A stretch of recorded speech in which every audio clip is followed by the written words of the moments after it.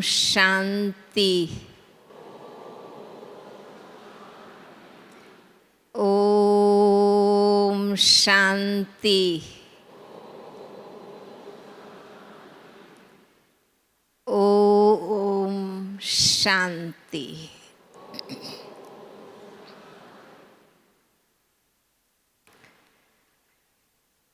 जब से शांतिवन बना है, बेहद का डायमंड हॉल बना है, तब से यज्ञ सतगुरु का दरबार बन गया है। यहाँ निरंतर सत्संग चलता रहता है। मनोहर दादी जी हमेशा कहती थी कि एक के बाद एक क्लासेस रखते रहो, कोई किस में बैठेगा, कोई किस में बैठेगा, सबको सत्संग मिलता रहना चाहिए।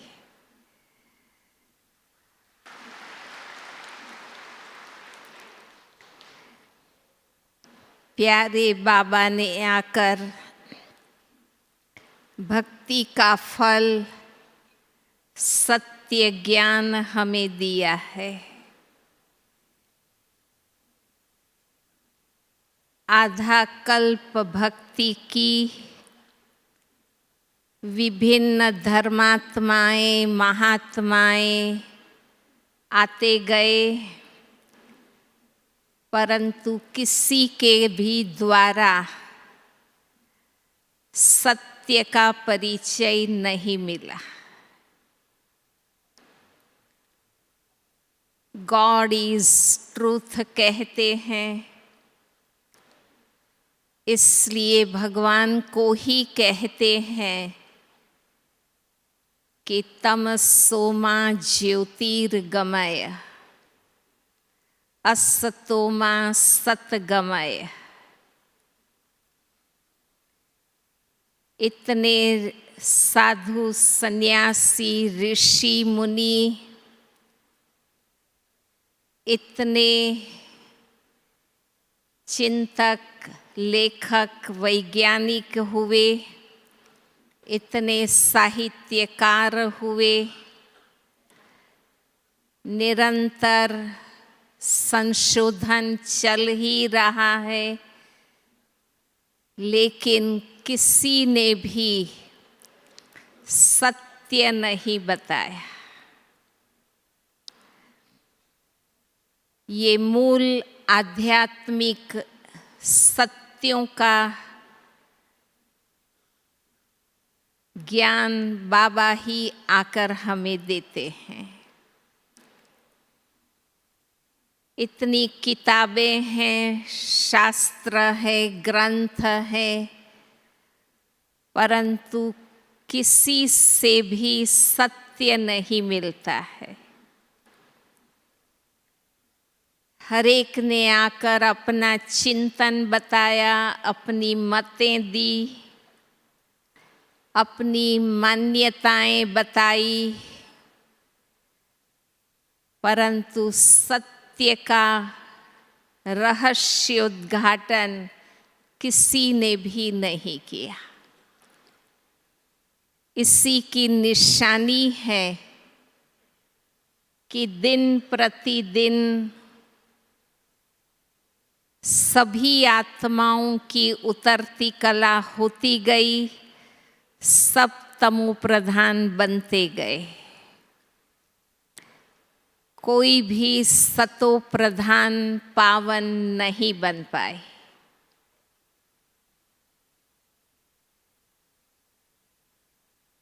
तो बाबा ने आकर हमें ब्रह्मा मुख से सत्य ज्ञान दिया।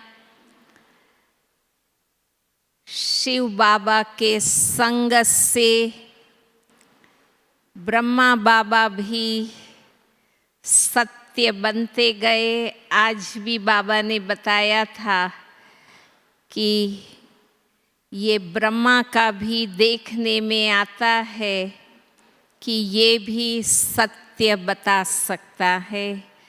अगर ये दृष्टि दे तो आत्माएं शांति का अनुभव कर सकती है। तो शिव बाबा के संग से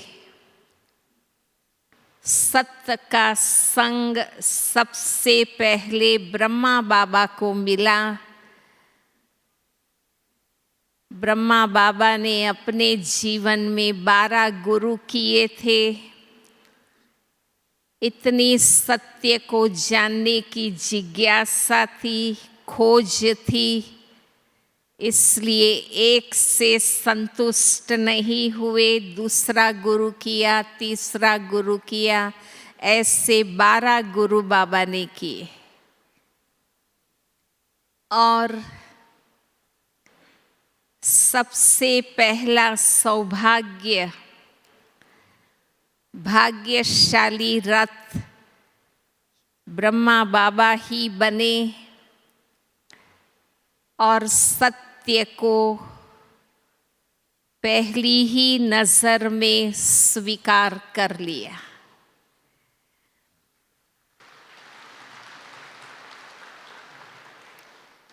बाबा को कोई प्रश्न नहीं हुए, कोई संशय नहीं हुए, क्योंकि बाबा तो खोज ही रहे थे और सत्य मिल गया। तो बाबा की बुद्धि में सतयुगी आत्मा थी, तो बुद्धि में कलम लग गई। सत्यता की समझ मिली है, उसकी निशानी है कि जीवन पवित्र बनता है। सत्संग क्यों करते हैं? पवित्र बनने के लिए ही सत्संग करते हैं। तो सत्यता से, सत्य ज्ञान से, सत्य के संग से पवित्रता हमारे अंदर आती जाती है। तो ये भी ब्रह्मा बाबा ने एक धक से त्याग कर दिया, तपस्या का मार्ग अपना लिया और अपना तन मन धन और पूरा परिवार सेवा में शिव बाबा के आगे समर्पित कर दिया।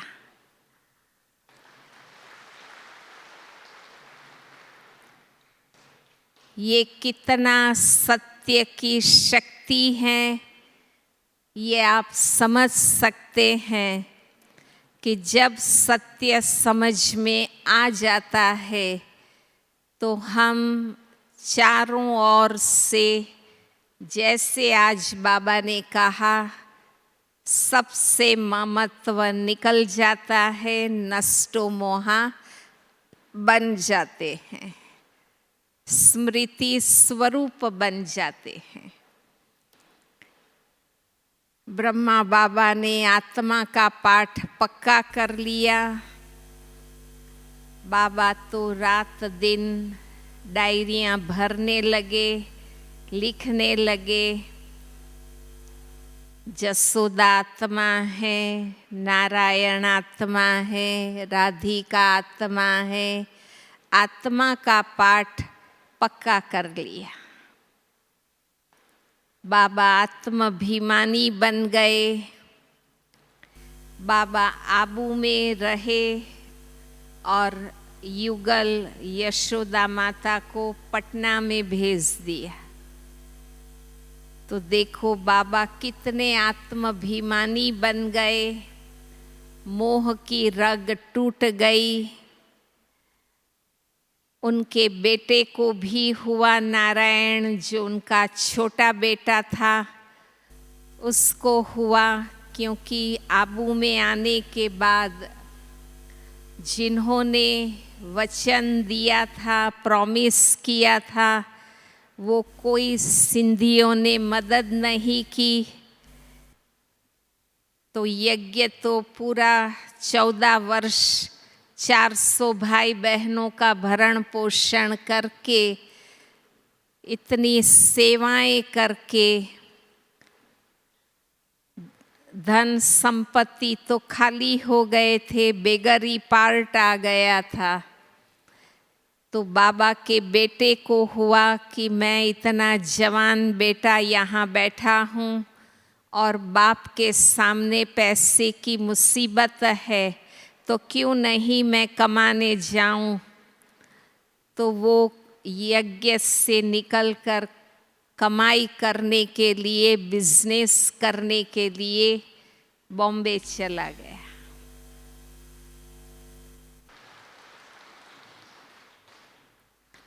पर यज्ञ छोड़ने के बाद भी प्रति 18 जनवरी वो यहाँ आते थे, दादियों से मिलते थे, 8-10 दिन रहते थे, परंतु कभी भी उनके मुख से हम सभी ने ये नहीं सुना कि ये तो मेरे बाप की प्रॉपर्टी है, मेरे पिता का इतना दिया हुआ है, कभी नहीं।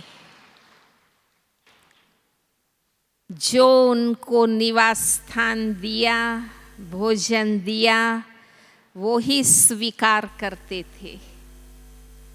तो ये था बाबा का परिवार, बाबा की लौकिक बेटी जो यज्ञ में समर्पित हुई, जिसका अलौकिक नाम निर्मल शांता दादी थी। निर्मल शांता दादी को बाबा ने नॉर्थ ईस्ट के सभी स्टेट्स की हेड बनाया। उसको अपने पीछे यज्ञ का जवाबदार नहीं बनाया। अपनी बेटी को गद्दी नहीं दी, लेकिन उसको बिहार, बंगाल, आसाम, उड़ीसा, नेपाल, ये सारे नॉर्थ ईस्ट के जो स्टेट्स है उसकी मुखिया बनाई। दादी भी बाबा जैसी ही थी, देखने में भी, संस्कारों में भी बहुत रॉयल थी। न चश्मे लगे दादी को, न दादी गद्दी लेती थी, न मूड़ा लेती थी। आज हम लोगों को तो गद्दियाँ भी चाहिए और मूड़े भी चाहिए। हाँ?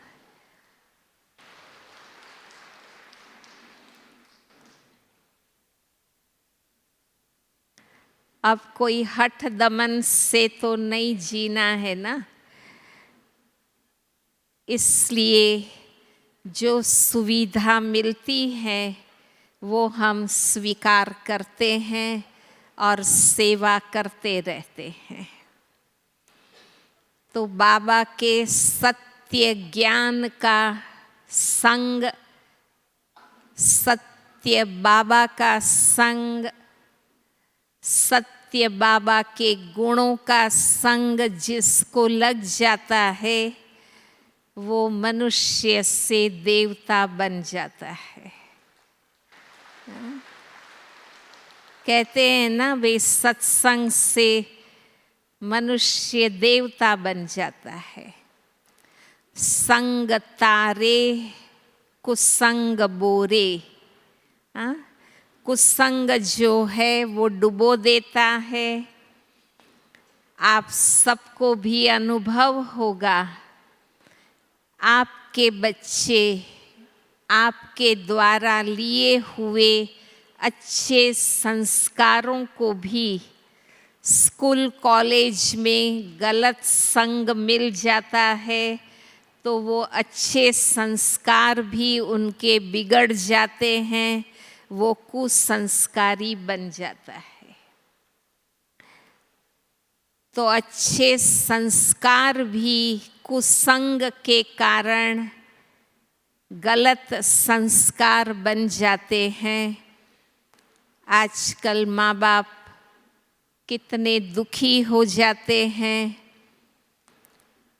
अच्छे घराने के बच्चे भी माँ बाप की संभाल नहीं रखते हैं, माता पिता की सेवा नहीं करते हैं, घर परिवार की संभाल नहीं लेते हैं।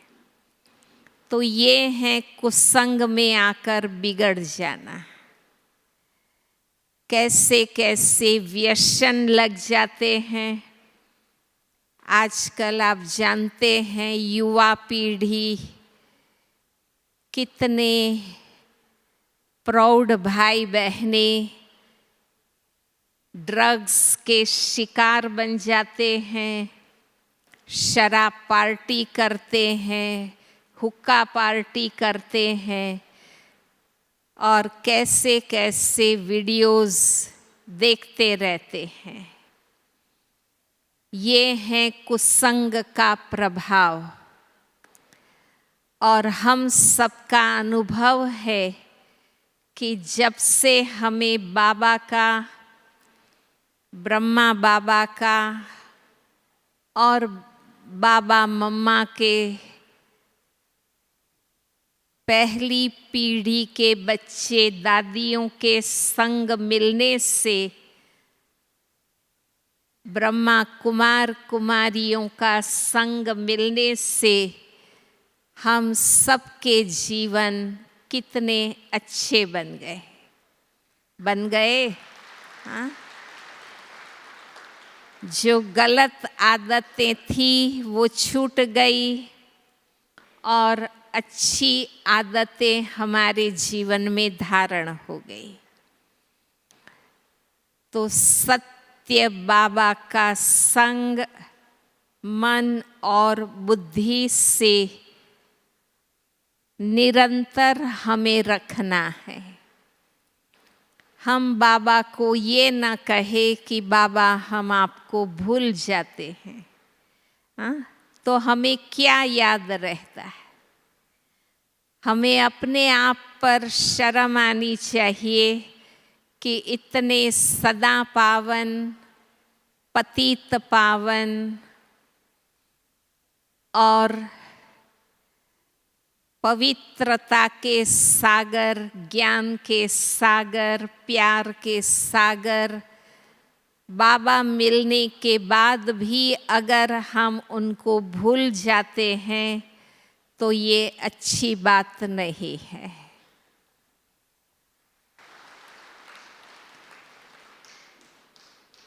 जैसे शरीर के लिए 3 बार हम भोजन करते हैं, 2 बार स्नैक्स लेते हैं, फ्रूट्स लेते हैं, 5 बार हम कुछ न कुछ खाते रहते हैं।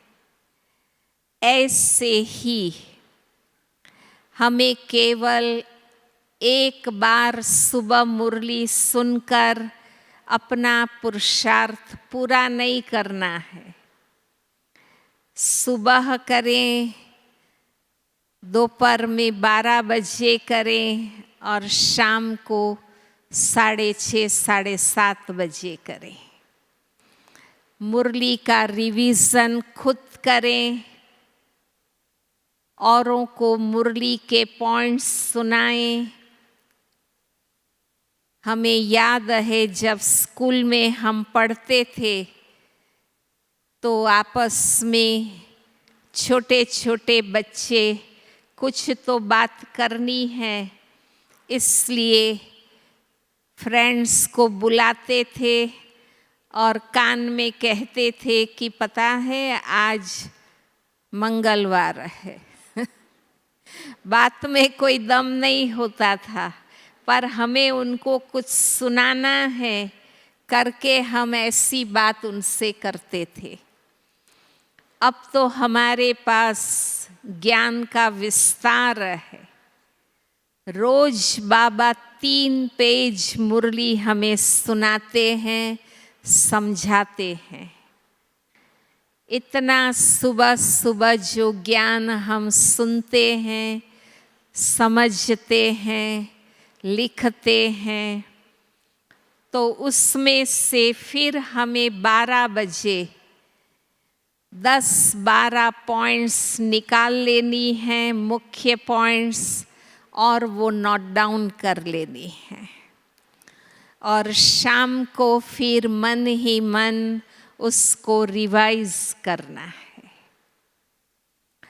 तो इसको कहेंगे मुरली का स्टडी करना, अध्ययन करना।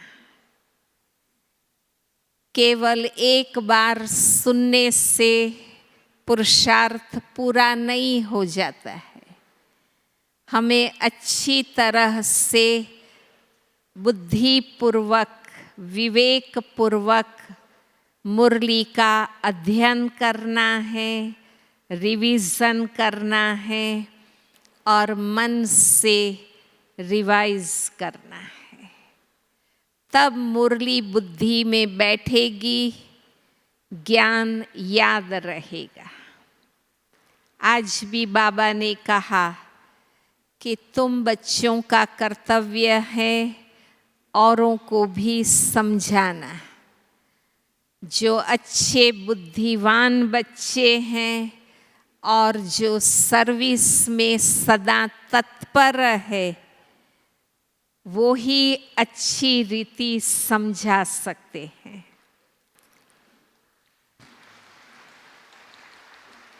हमें अपने आप सेवा खोज लेनी है।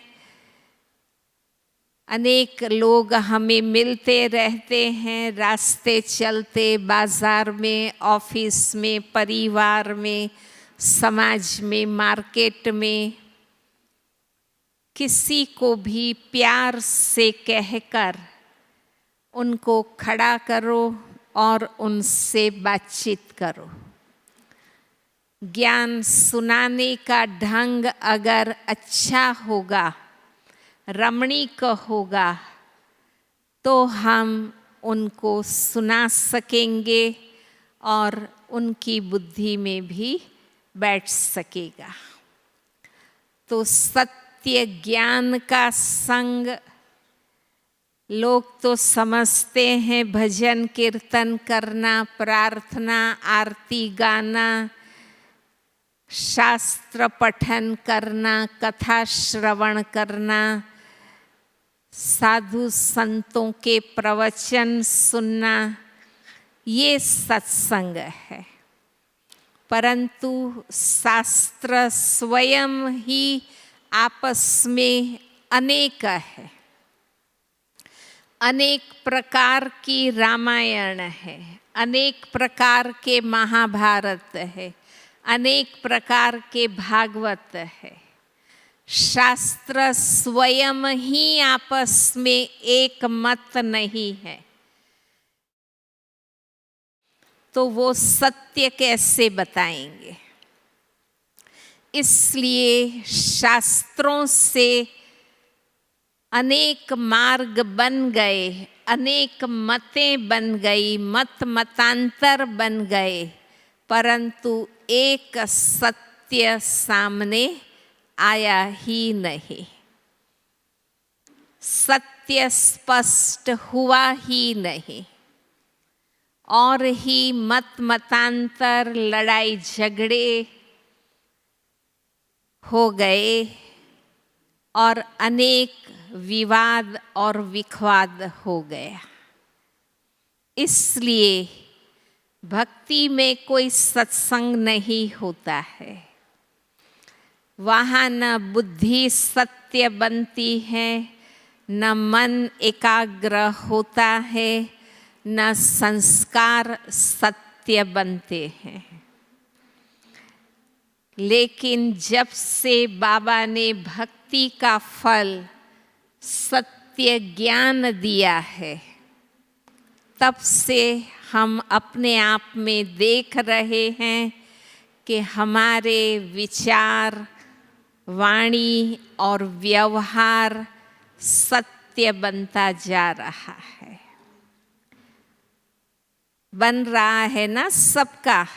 हाँ, हाथ ऊपर करो। किस किस ने अपने मन वचन कर्म को सत्य और पवित्र बनाया? बहुत अच्छा। यही हमारी सिद्धि है, अचीवमेंट है। यही संगम युग में हम पाना चाहते हैं। संगम युग में बाबा आते हैं, सारे कल्प में और कोई युग में शिव बाबा नहीं आते हैं। केवल कलियुग अंत और सतयुग आदि का संधि काल, जब शिव बाबा सृष्टि पर आते हैं, आत्माओं का परमात्मा से मिलन होता है।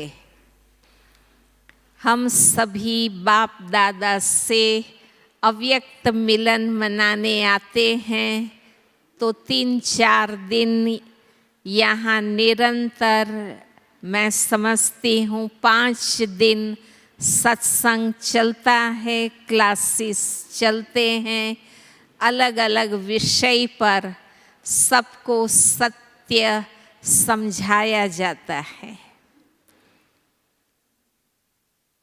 भल हम कुछ जानते हैं, कुछ सेंटरों में भी हमें प्राप्त होता है, लेकिन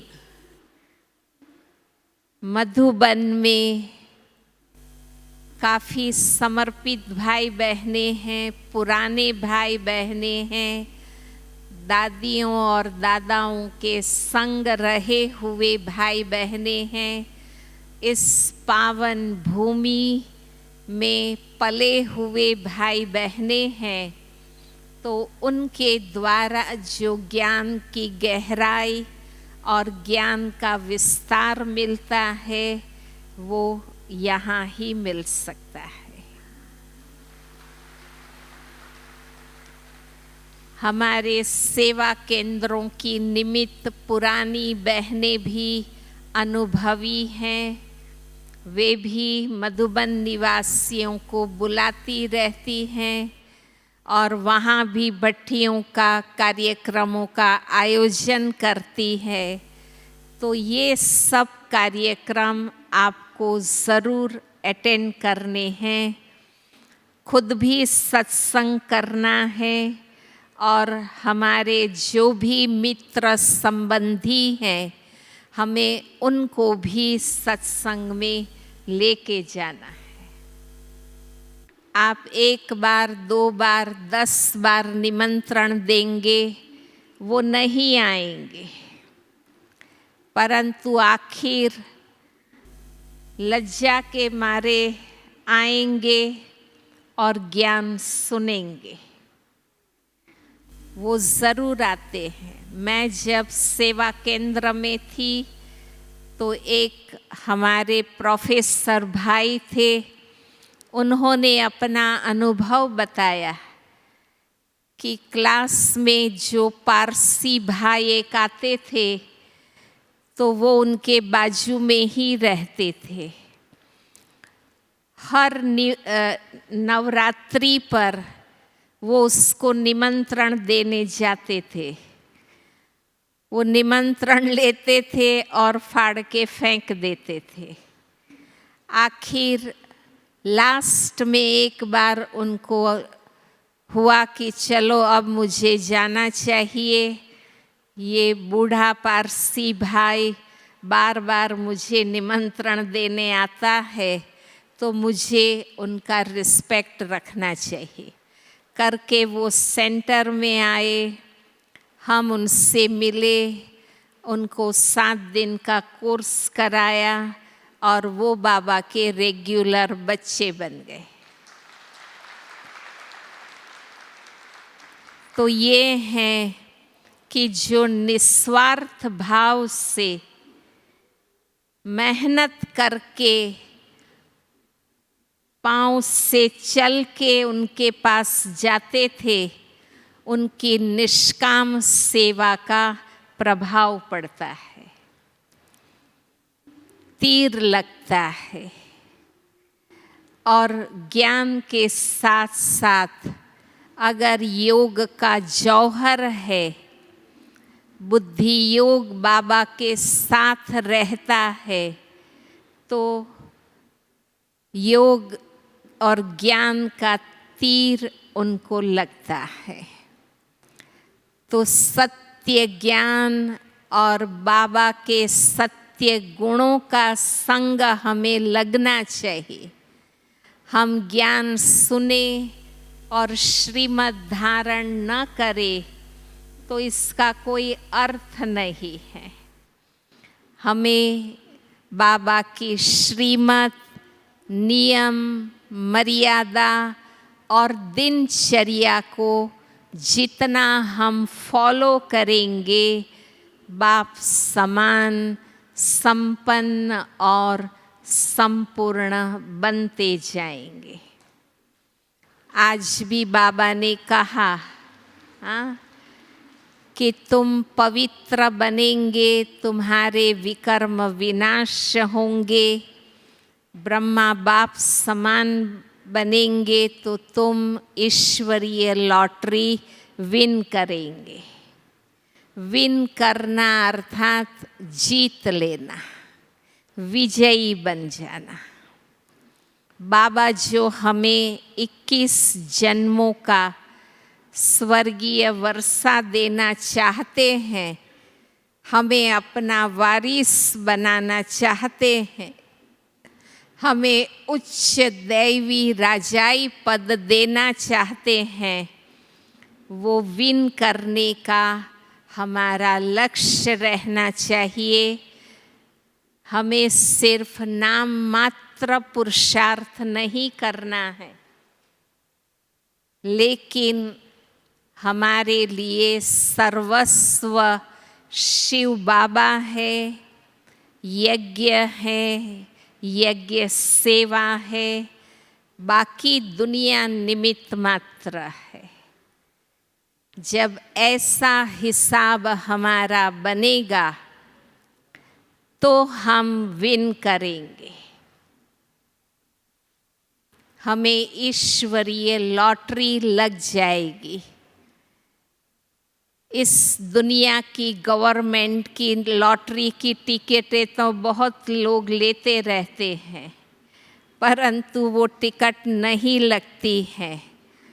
लेकिन ईश्वरीय लॉटरी विन करने का लक्ष्य रखना ही है और वो विन करना ही है।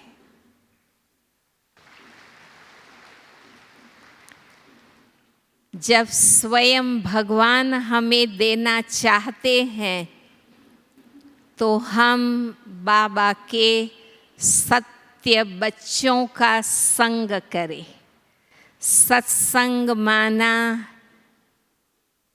सच्चे ब्राह्मणों का संग, सच्चे ब्रह्मा कुमार कुमारियों का संग।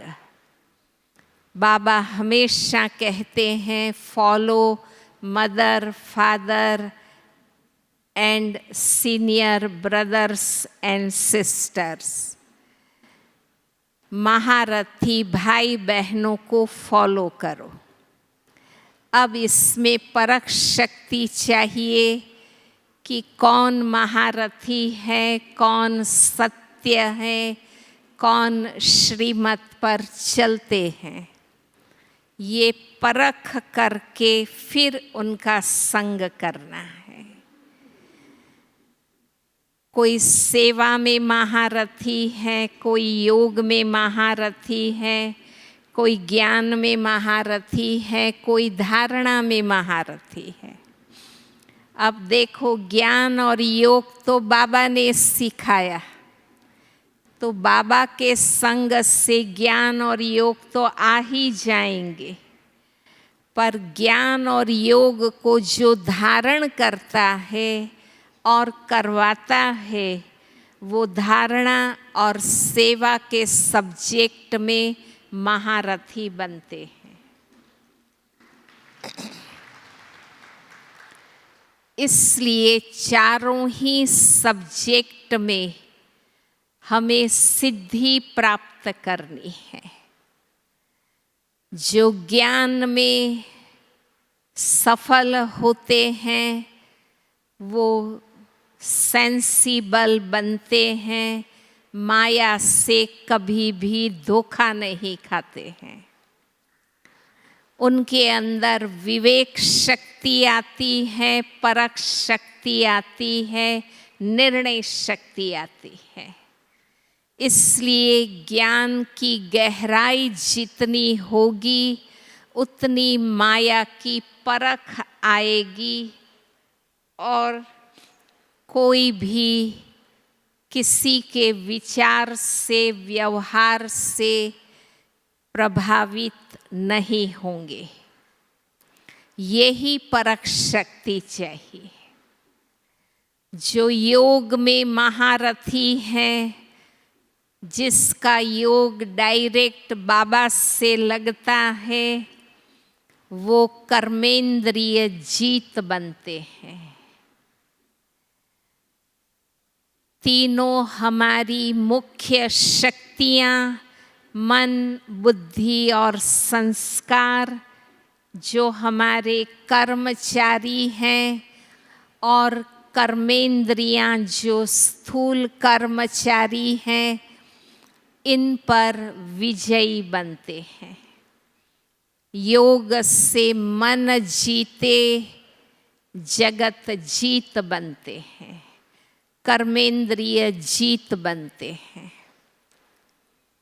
अभी भी कोई इंद्रिय रस अगर हमें चलित कर रहा है, इसका मतलब ये है कि हमारा बाबा से पूरा योग नहीं है।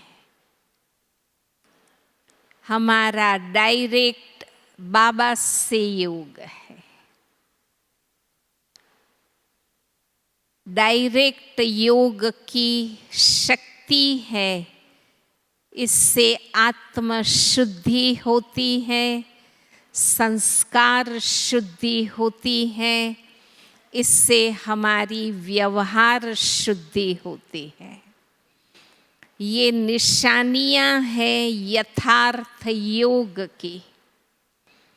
बाबा के संग से रंग लगता है, क्वालिटीज हमारे में धारण होती है।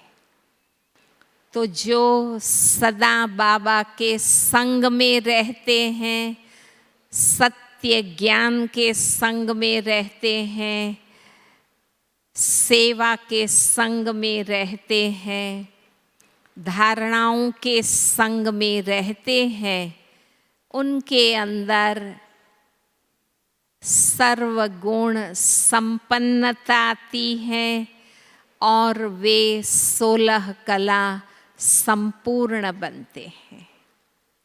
गीता में लिखा है कि योगः कर्मसु कौशलम। योग वो है जिससे कर्म में कुशलता आती है, मीन्स कर्म क्वालिटी बनते हैं। अगर हमारे कर्म में कोई भी कमी है, खामी है, खोट है, अवगुण है, वो दिखाता है कि हमारा बाबा से यथार्थ योग नहीं है। हम ब्रह्मा कुमार कुमारियाँ समाज में अनोखे दिखाई देने चाहिए। हमें देखकर सब कहे, वंडर खाएं कि जब से ये ब्रह्मा कुमारी में जाते हैं तब से इनके स्वभाव संस्कार अच्छे बन गए हैं। हमारे बॉस बिल्कुल शांत हो गए हैं। हमारे शेठ जी हमारे वेल बीइंग की बातें भी सोचते हैं। और हमारी दीदियाँ जो हेड हैं वो तो है ही बाबा के ज्ञान की स्वरूप। बड़ी दादी हमेशा कहती थी कि मैं अपने को हेड समझूं तो हेडेक होवे ना। मैं तो हूँ ही बाबा की राइट हैंड, बाबा की दिल तख्त नशीन। इसी प्रकार हमारी सभी मुखिया बहनें, निमित्त बहनें अवश्य अपने को बाबा का राइट हैंड और दिल तख्त नशीन ही समझेंगे। समझती है ना बहनें? हाँ, लक्ष्य यही है ना कि हमें क्या प्राप्त करना है। सर्व प्राप्ति स्वरूप पर पिछली बार मुरली चली थी, तो हमें सेवा करते हुए भी विदेही अवस्था में रहकर दुआओं का खजाना प्राप्त करना है। अगर आप सच्चाई सफाई से और दिल के निस्वार्थ प्यार से सेवा करेंगे तो दादियों का स्थान ले सकेंगे और दादियों जैसे ही प्रिय बन सकेंगे। हम सिर्फ ये नहीं कहें कि हमारी सब दादियाँ एडवांस पार्टी में चली गई। बाबा ने अभी भी एक दादी को रखा है, हाँ, और दादियाँ एडवांस में गई, परंतु उनका यहाँ का जो स्थान है वो तो कोई तो भरेगा ना, हाँ, कौन भरेगा? लक्ष्य रखना है हम दादियों जैसे निस्वार्थ प्यार, निष्काम सेवा और बेहद का दिल रखें, तो हम सबके प्रिय बनेंगे। बाबा सबको प्यारे क्यों थे? क्योंकि बाबा को सबके लिए प्यार था। बाबा के दिल में सबके लिए प्यार था, इसलिए बाबा सबके प्यारे थे। मोरारजी देसाई जब बड़ा प्रधान थे तो अपने पांडव भवन में आए थे। उस समय काफ़ी पत्रकार आए और उन्होंने उनसे पूछा कि सोनिया गांधी तो आपके विरुद्ध में बातें करती रहती है, आपका उसके बारे में क्या कहना है? तो देखो, उनके अंदर भी ये धारणा थी कि मैं तो उनके बारे में बुरा सोचता ही नहीं हूँ, तो मैं नहीं मानता हूँ कि वो मेरे बारे में कुछ बुरा बोलेगी। इसलिए मोरारजी देसाई को भारत के तरफ से भी अवार्ड मिला था, पद्म विभूषण का, और पाकिस्तान के तरफ से भी उनको अवार्ड मिला था।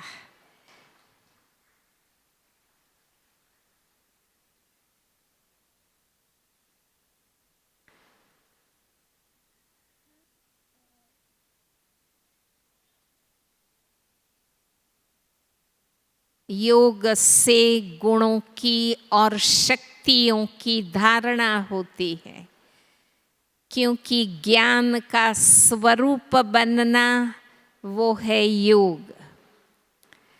योग से बाबा के गुण और शक्तियाँ हमारे में आती हैं।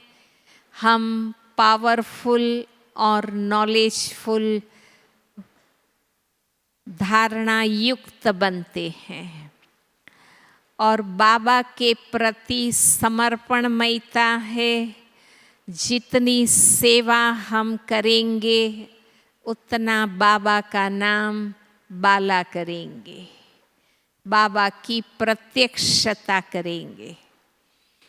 आज भी बाबा ने कहा, सिद्धि का सबूत बनो तो शक्तिशाली आत्मा कही जाएगी, क्योंकि सिद्धि के बाद हरेक को इच्छा होती है प्रसिद्धि की, कि अब हमारी कुछ प्रसिद्धि होनी चाहिए, हमें कुछ मान मिलना चाहिए, महिमा होनी चाहिए, हमें स्थान मिलना चाहिए, हमारा शान बढ़ना चाहिए।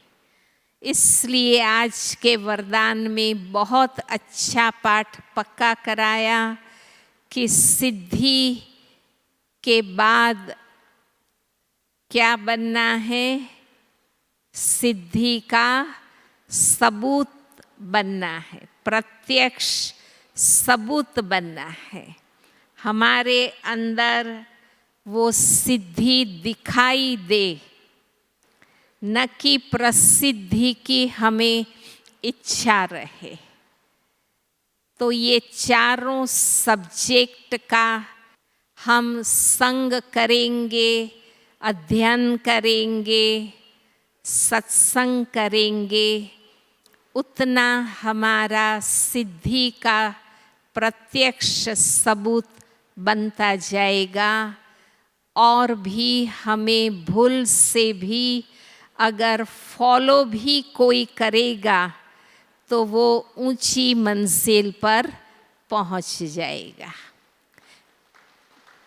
क्योंकि शिव बाबा दादियाँ तो दिखाई नहीं दे रही हैं, फरिश्ते तो दिखाई नहीं देते हैं, हम ही देखने में आते हैं।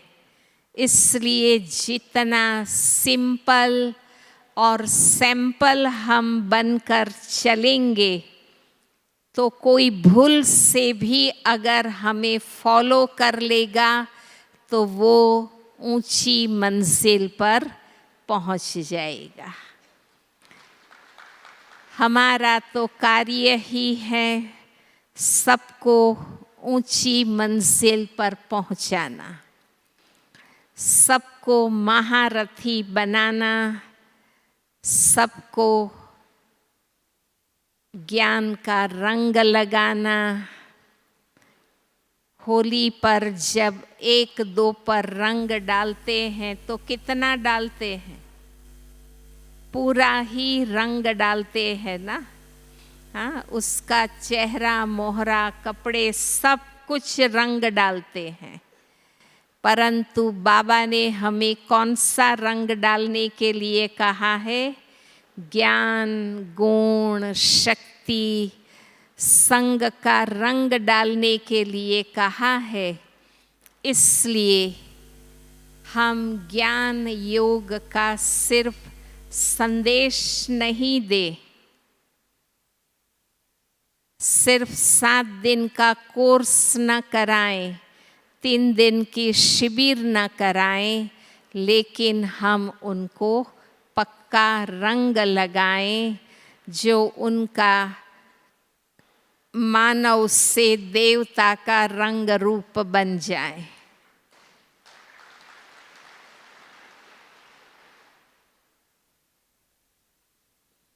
दोनों ही जोन मध्य प्रदेश के हैं, कुछ छत्तीसगढ़ के भी भाई बहने हैं, कुछ राजस्थान के भी हैं, और भी साथ में आए हैं, बॉम्बे के भी दिखाई दे रहे हैं।